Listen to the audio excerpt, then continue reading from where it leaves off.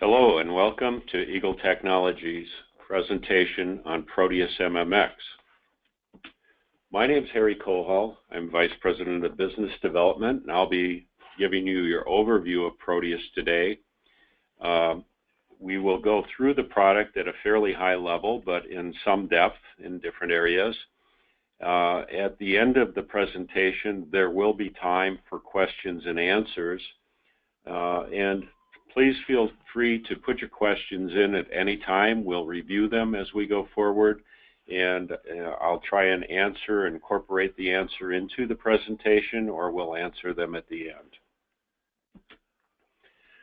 Eagle Technology has been in business over 30 years, and our focus is facility and manufacturing maintenance management.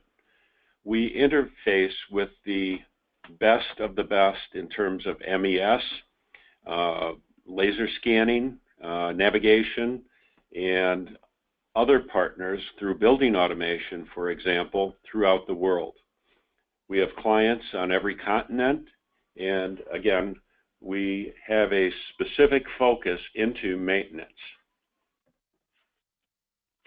At this time, I'll go into the presentation of the software. We'll come back to that summary slide in a little bit. The main screen has a number of key performance indicators. I'm going to show you a couple of them. One of them is the ability in real time to look at scheduled versus unscheduled work. So I can see percentage-wise, and I can drill down to the actual number of work orders and detail of work orders relating to scheduled versus unscheduled work. Scheduled in our definition means that I've planned it ahead of time. It's a preventive type maintenance, or I can schedule it as a result of a PM and identify that as well. But basically the calendar scheduler triggers that work. Demand maintenance in our definition is something that I don't use the scheduler for, that I have a break fix issue, a service call of some type, and that's how we break down the work. I can also look at the work order backlog, and in this case I've got a significant number of work orders that are overdue. Again, this is a demo system, and unfortunately I don't have any of my technicians closing work orders, so it looks like everything's overdue here. I can look at a weekly forecast of work orders and drill down again to those work orders, so I can look specifically at what these work orders constitute. I'm able to at any time look at those work orders. I can reschedule them, I can reassign them, and so forth from the home screen.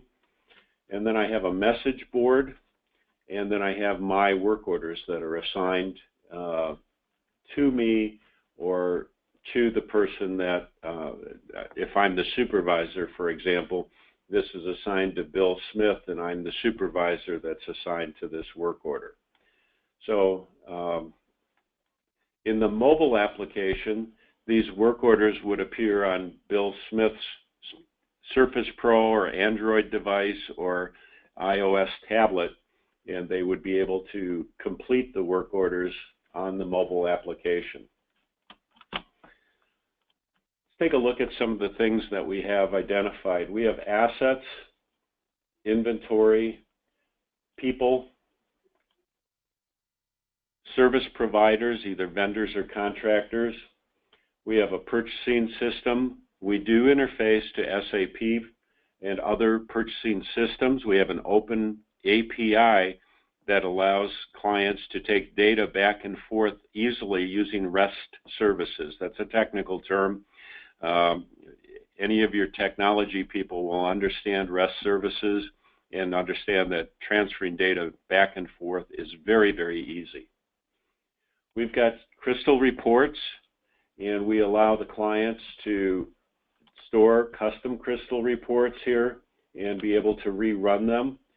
So there's again, being in business 30 years, the reports that we have are very normal for maintenance, but we realize that everybody needs something custom, and we allow that in a very easy fashion.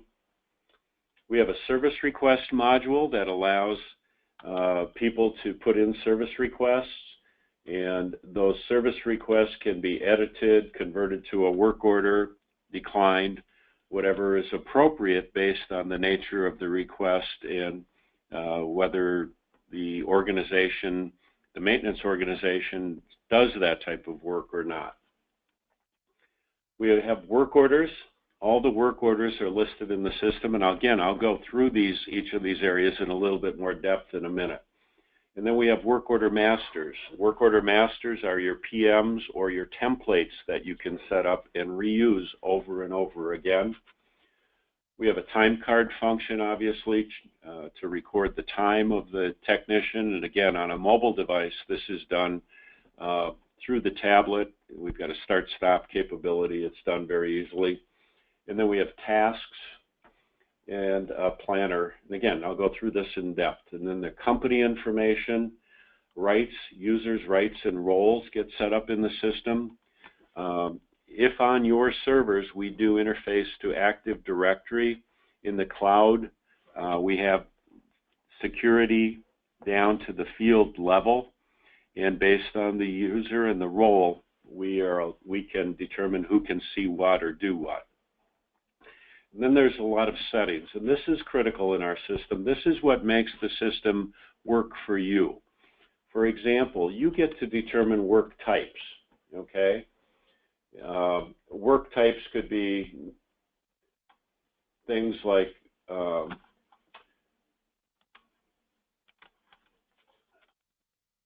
dorm renovation, barn cleaning, PM that's billable or not billable. It could be project work. It could be electrical maintenance in the building. It could be electrical associated to machinery. In working with clients, we help you define all these different work types so that you end up getting the data that you're looking for out of your CMMS system. A lot of times people don't quite understand, or sometimes they do understand exactly what they're looking for.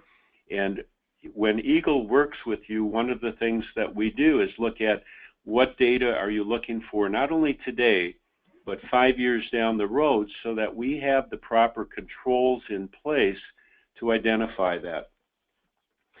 There's also other types of settings in here. For example, we can put in different maintenance codes.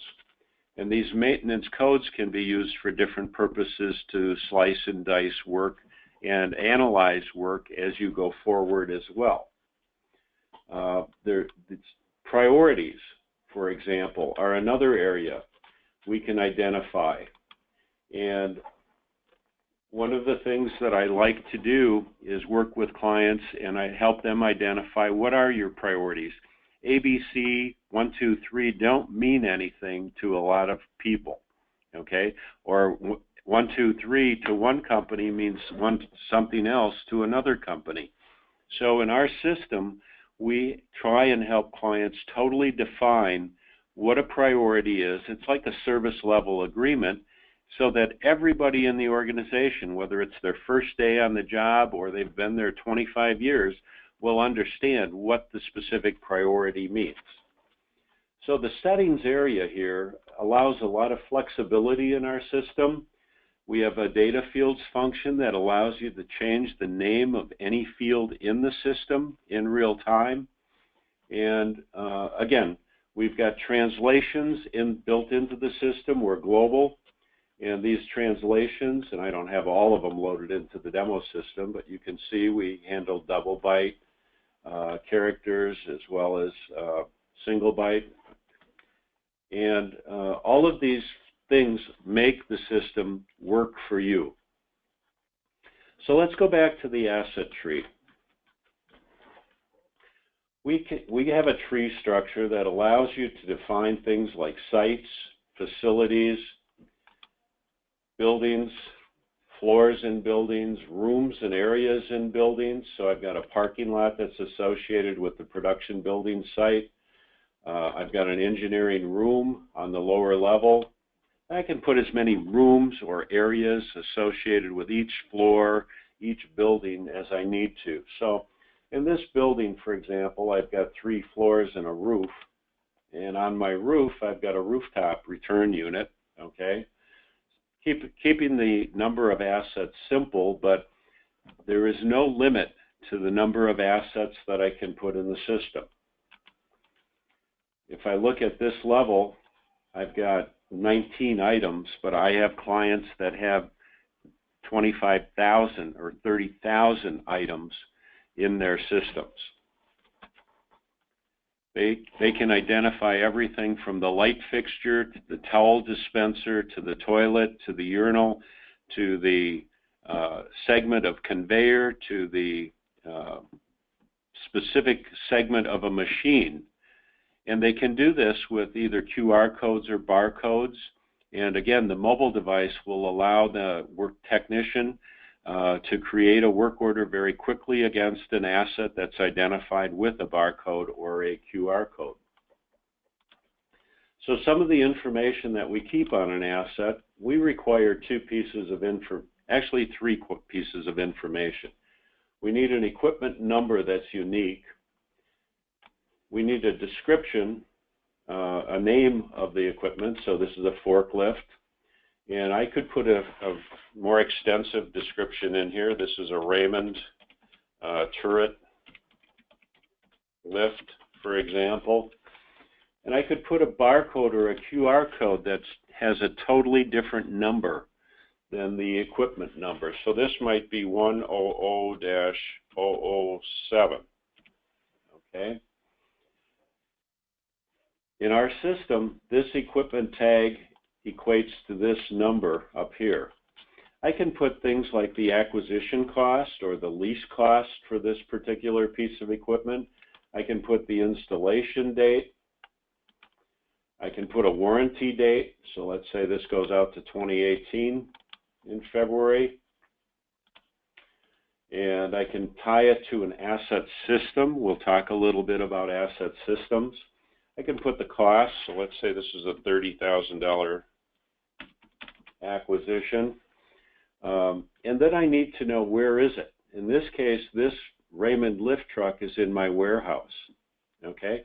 If I wanted to move it to the powerhouse or the production building, I could do that right now simply by checking a different box.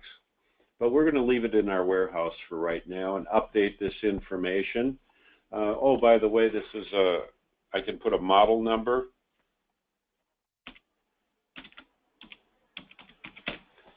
And any of these fields are unlimited in length, okay? So the equipment number, there's no limit to the number of characters I can put here. The same thing with the description. I can categorize equipment, okay? So this might be a fleet maintenance item, or it could be mobile equipment, or it could be whatever you want to identify it as. And again, this gives you analysis capabilities.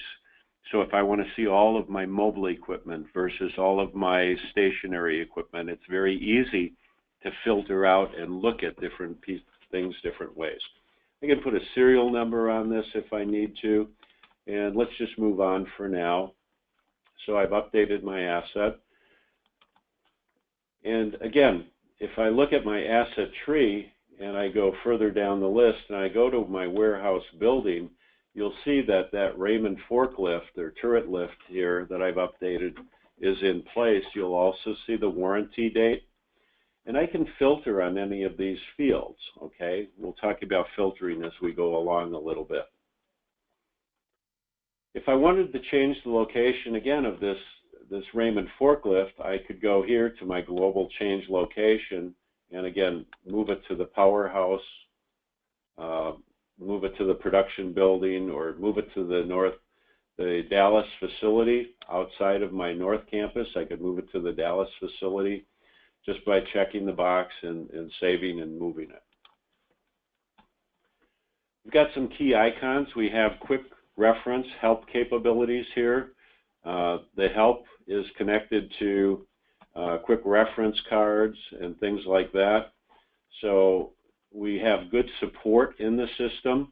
You can also submit a ticket for questions or enhanced ideas or things to make the product better.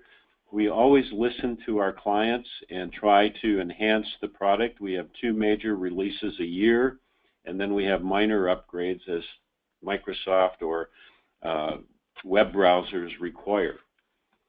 So help is available. The quick reference card, as an example, is here, and it shows you all the different icons.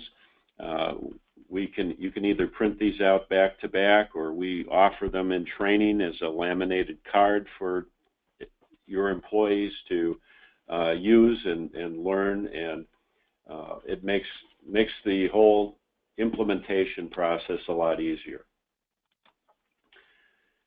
So all of these icons are identified in the quick reference card. We can select items like the whole page here and export to Excel. We can clear this. If there's more than 100 items on the page, we could select all pages and export to Excel. I've got a filter clearance here. Filters are something that allow you to, let's say I put an R in this field and tab, it's only going to find things that begin with R, okay? But my choices aren't limited to begins with. I have contains, ends with, equals, or does not contain as a filter option just as well, okay? I can clear a filter simply by clearing all filters here. I can eliminate fields that I don't need to see in my personal view, okay? So when I log on, if I don't want to see estimated life as an example, I can go here, take estimated life and remove it, save that, and now estimated life doesn't show in my personal view, and that'll stay there. If I ever need to move that field back, of course, I can come over here, move it back, position it anywhere on the screen that I'd like to position it.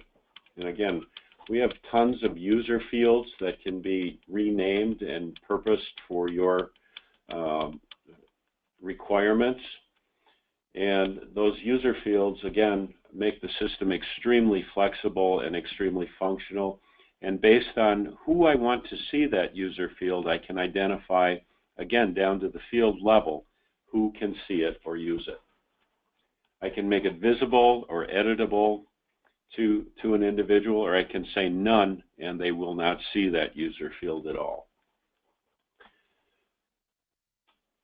I have asset systems and we can tie together disparate pieces of equipment into an asset system, okay? Again, this description field, I can make that larger, going to the column width setting and just expanding the description view. As an example, I can make it as big as I want, save that, and now the description view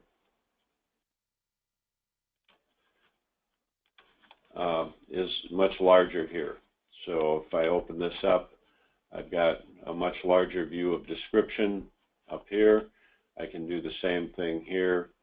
But systems allow me, I could take an electrical panel, the lights that are associated with it, or I could take a production line and the specific components of the production line that are associated, or a work cell, all the things that are in a work cell, and put them together in an asset system.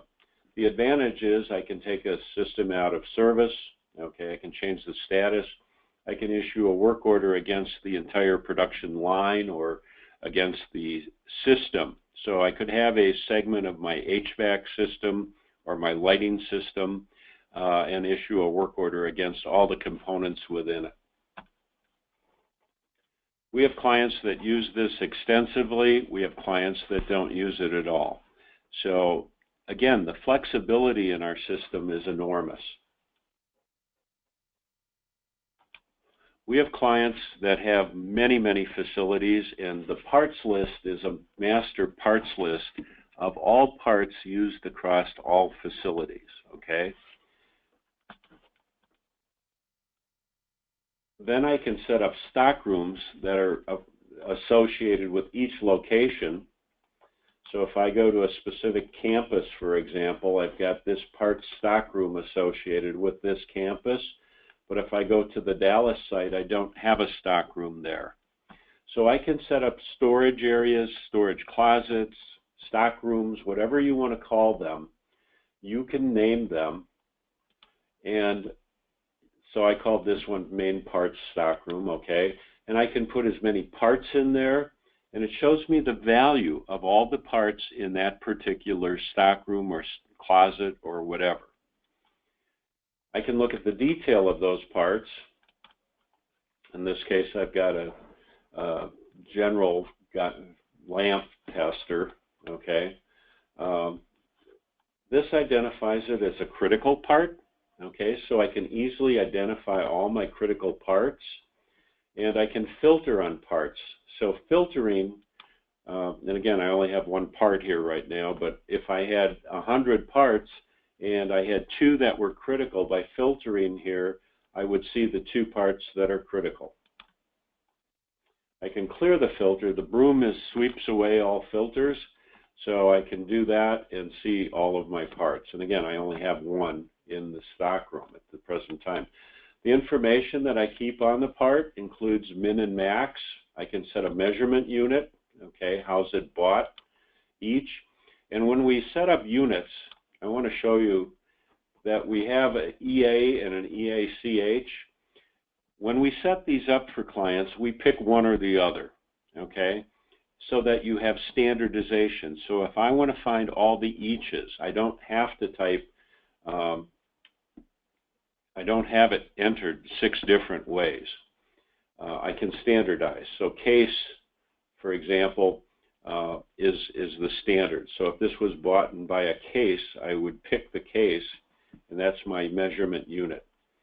I can set a frequency for how frequently do I want to do a physical inventory on this. In the facilities business, you might not do this at all, but in manufacturing, of course, you've got critical parts, you've got expensive parts, and so, for example, I might decide that every 180 days, I want to do a physical inventory on this particular piece of equipment. I can put a carrying cost. This is a percentage. What's the cost of money of carrying these parts? Accountants like this entry. I can put the last physical inventory date in. So let's say I physical inventory this today. When I save this, it's going to calculate the next physical inventory date that I need to do on this part, okay, based on the 180 days. So next August, I'll be doing a physical inventory again. I can set an economic order quantity. So let's say these parts are most easily bought in quantities of 12. And my measurement unit is cases, so 12 cases, okay? If the measurement unit was each, it would be 12 each. I can set a maximum quantity that I want to have on hand at any given time, so let's say that's 18 of these. And I can set a reorder point of 4 because the lead time isn't that long on this. So I can set the minimum and maximum and my reorder point, identifying that it's a critical part. I can auto-order this part simply by checking this box, and it would automatically, when I reach the reorder point, create a PO for me, okay? Again, a lot of clients don't use our purchasing system, but interface to SAP or some other purchasing system. So the best they would do in our system is create the requisition, pass that data to SAP. SAP says, hey, I've received these parts on this PO, put the quantities in the stock room, and that interface, everything gets paid through SAP and so forth. I can identify what vendors I buy these parts from. So I can look at vendors and say, oh, I buy this part from Hallibright, for example, and I can identify their part number. It might be different than the manufacturer's part number. I can identify the lead time, and in this case, since I only have one vendor, they would be the default vendor. But if I set a secondary vendor in place, and I buy it from Oshkosh Truck, good Wisconsin company here, I I can make them the default vendor and save this. So I can have multiple vendors for a single part. I can put attachments on parts. Attachments can be put on assets, it can be put on parts, it can be put on people, contractors and vendors. So throughout our system, we allow multiple attachments, and these attachments can be virtually anything that you can see on your desktop.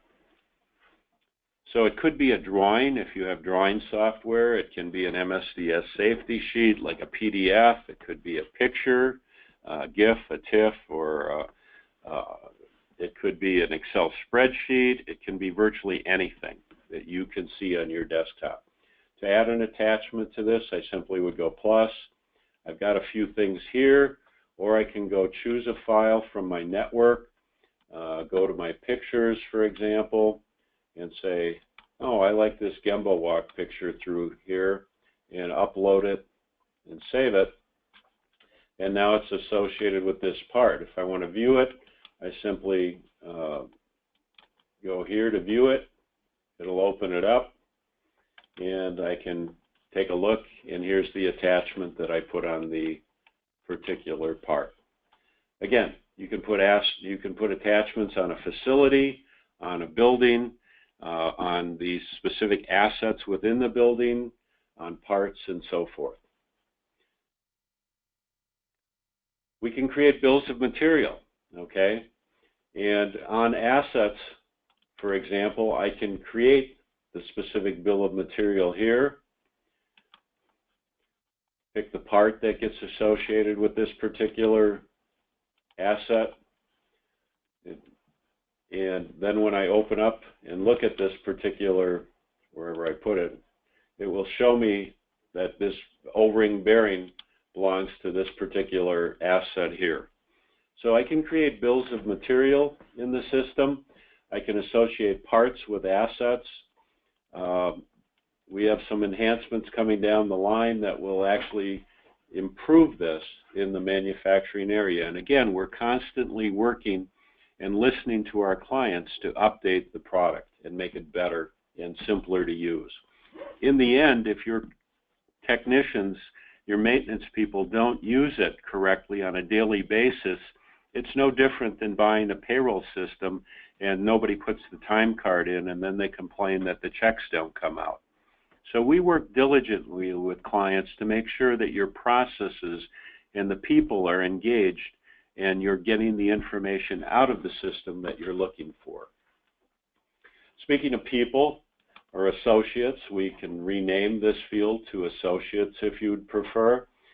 We can put the people in the system. It's not an HR system, but we can keep a lot of information on an employee if you wish, or we can keep it very simple. And again, we can put, they get assigned to trades or tasks, so that if I need a specific person for plumbing work, I can find that person. They can have multiple tasks. This plumber may also be an electrical maintenance person. Okay, so they can have multiple skills associated with them. Each of those skills could have a different dollar value that you track, or they could be a uniform dollar value depending on how you want to do it. I can identify this person's supervisor, okay, so that we know who this person reports to. If they come in on a specific day and say, hey boss, I need off next week Monday, and you approve it, you can say okay, and check that box, save it. Now they're going to be off on Monday, and they won't show.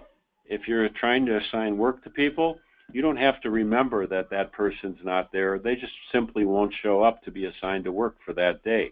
However, if they're assigned to PMs or something, they will still be assigned to those work orders.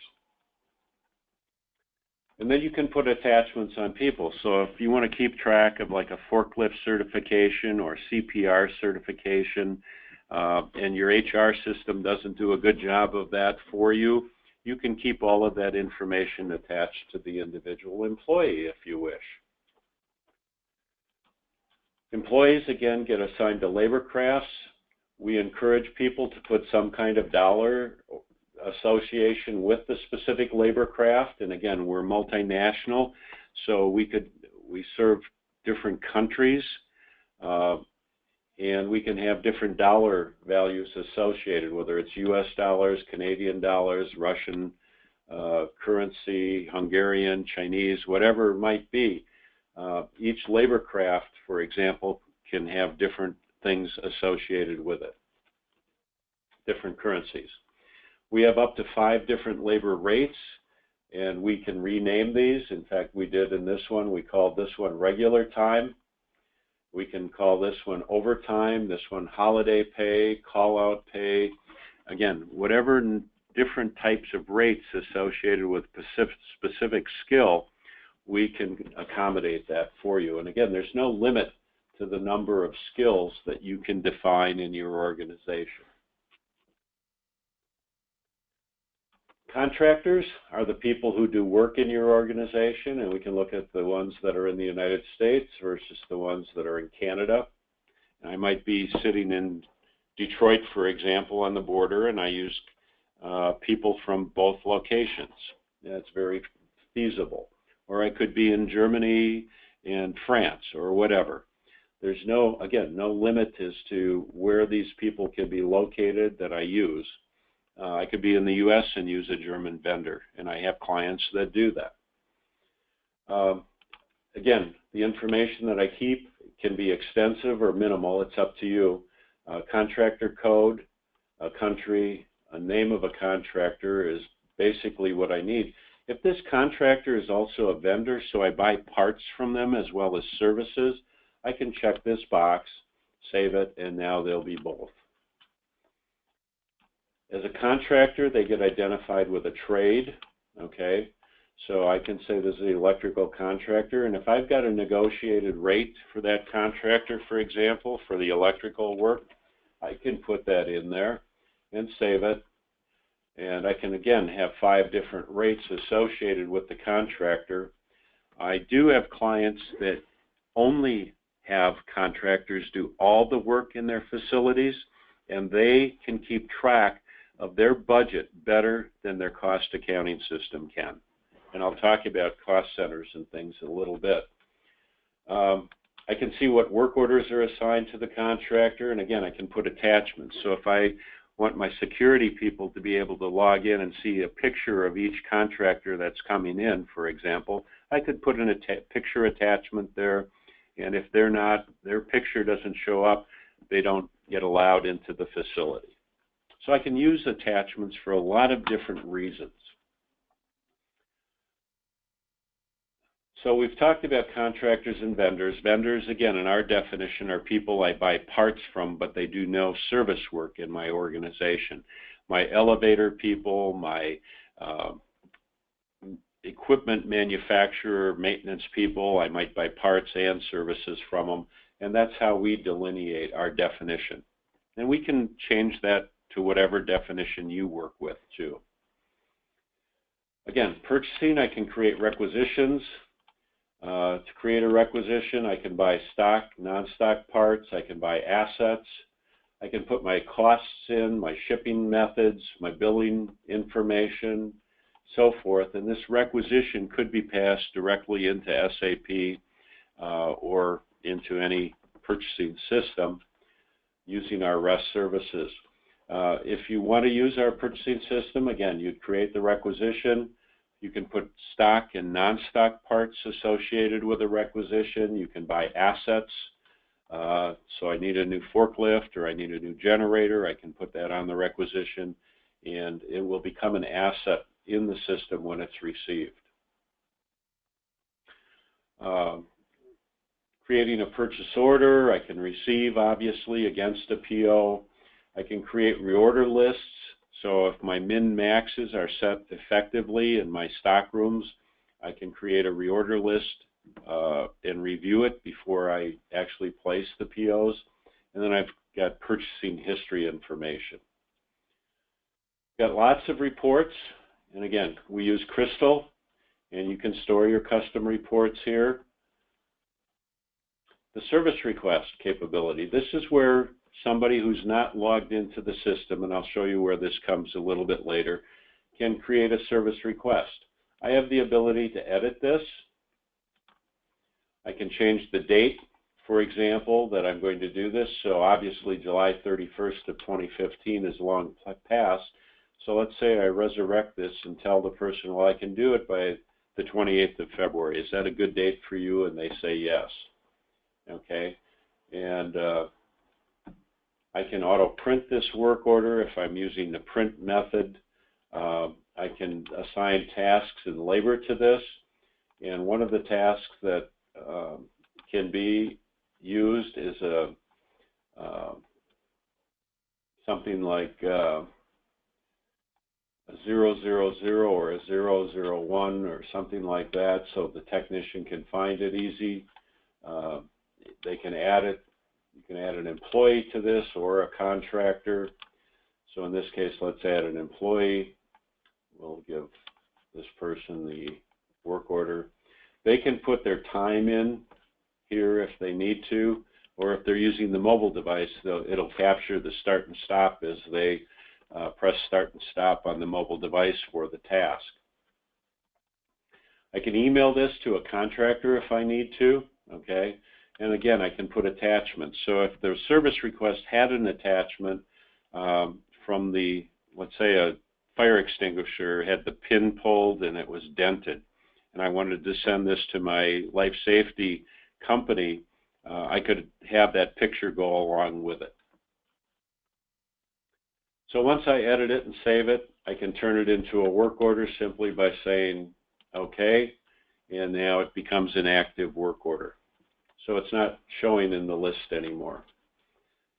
My work orders are a combination of all types of work orders. And I have quite a few work orders in this system, 380 to be specific. And this is where I'll show you a little bit about filtering, for example. So if I want to find everything that begins with test, out of 380 work orders, 12 of them are test or can begin with the word test, okay? I've created a filter. That filter was a begins with. Let's clear that filter. Another thing that I can do is look at work order number, ascending or descending. So let's look at descending, because that'll show me the newest work order that I've created in the system, and that was that one that I just turned in from a service request into a work order, okay? It was cold in the ladies' lounge. The work order number that we use as a default is year, month, day, and sequence number. So this is the first one that I've created today. This little green check mark, by the way, says, hey, all of this work is complete and ready to be closed. We have the ability to allow the technician to complete a work order only, and a supervisor may have to close the work order. So let's see how many work orders we have here that are completed but not closed. Oh, I only have one in this case, but let's take this work order, and I have the authority to complete and close it.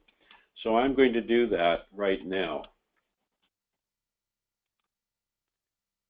And it's telling me that I need a date in my work order.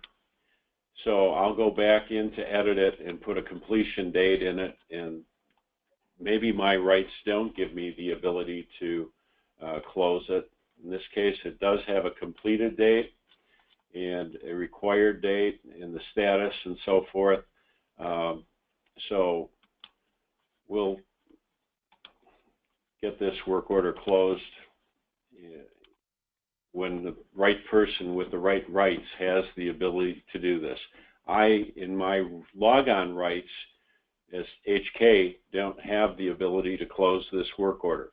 So it won't let me do it, okay? Going back to work orders, again, and filters, let's clear this filter. The broom sweeps away all the filters. I can filter by contains. So if I want to find the word response in the priority, contains, RESP. It will show me all of the work orders that have or contain the RESP. There could be some work orders in here that had RESP as part of the, like the word respect, for example, in which case that would show up as well. So I could go further and put ONSE in the filter and filter again, and it would have eliminated anything additional. Once I have these, again, I can select them. There's 49 items. I could export to Excel or whatever I need to do. I can filter by employee. So let's clear this filter. And let's look at all the work orders that are assigned to a specific employee. So let's look at, in this case, this person. And I could select this work order and I could assign it to somebody else because that person called in sick today. Okay, so I might assign it to Brian, save that, and now that work order is gone because I've got this individual as the filter, and now I've reassigned it, and I don't have to worry about that work order anymore being assigned to this individual. Again, sweep away the filter, all my work orders come back. I can filter by contractors the same way, or a specific piece of equipment. We call it a target. That's the piece of equipment or the location that you're working on. We're running out of time here today, but again, let me work order masters real quick. This is where you create a PM master.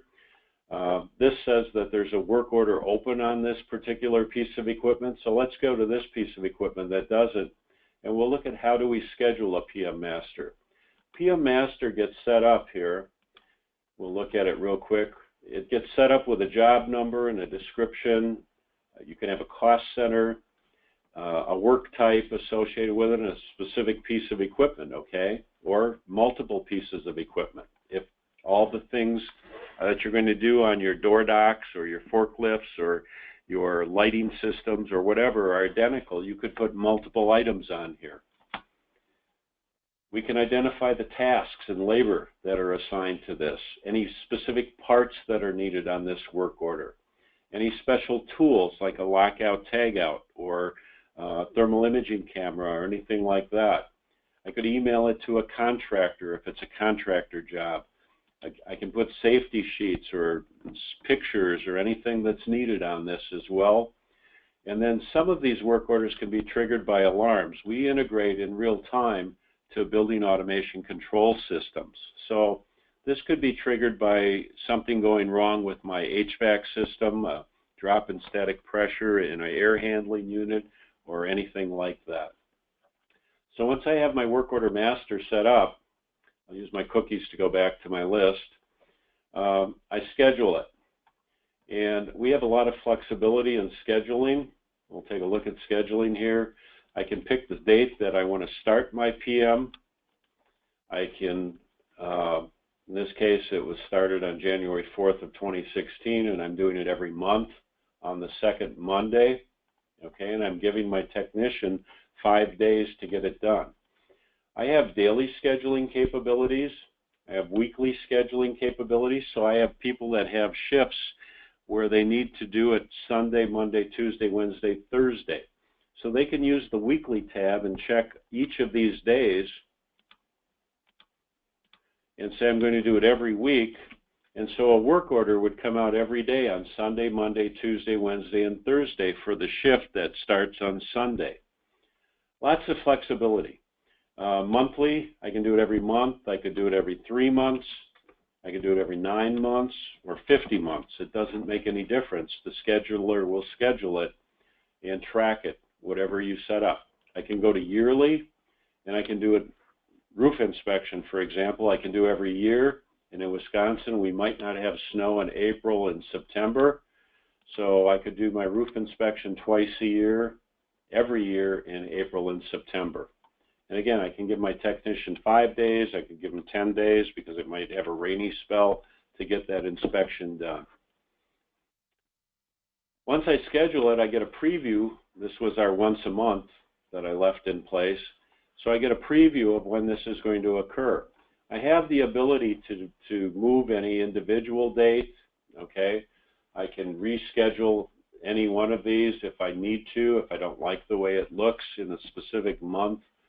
And I can identify specific cycles. We have multi-cycle scheduling. So if I have tasks that I do monthly, quarterly, semi-annually, and annually, I can put all of those tasks in a single work order master and have the right tasks come out in the right schedule. I'm going to show you quickly the service request capability. This is where somebody can put in a service request without being logged in. You can customize this screen. All you do is you give them the URL. They click on service request. You can identify what information do you want them to put in. You can have a list of existing requesters that they can select from, or you can require them to put in their name, select a priority. Everything's an emergency, of course, to everybody. And again, once that request is in the system, you can change it. They can put attachments on it. They can identify a work order status, a shift that they need done. And again, if you just want a simple, what do you want and who are you, the rest of these fields could be eliminated from the view, and that's all they need to put in. So they can put notes on this. There's no limit to the field sizes. And we are close to our finish time. So that's where I'm going to stop at this point and ask for any questions.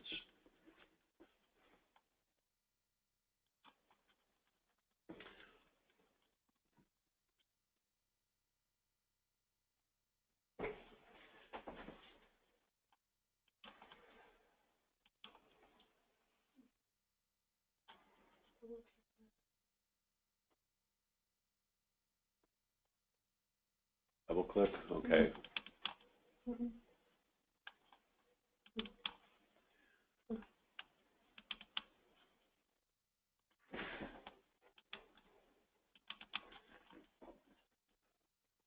So if there are any questions, you can ask them now.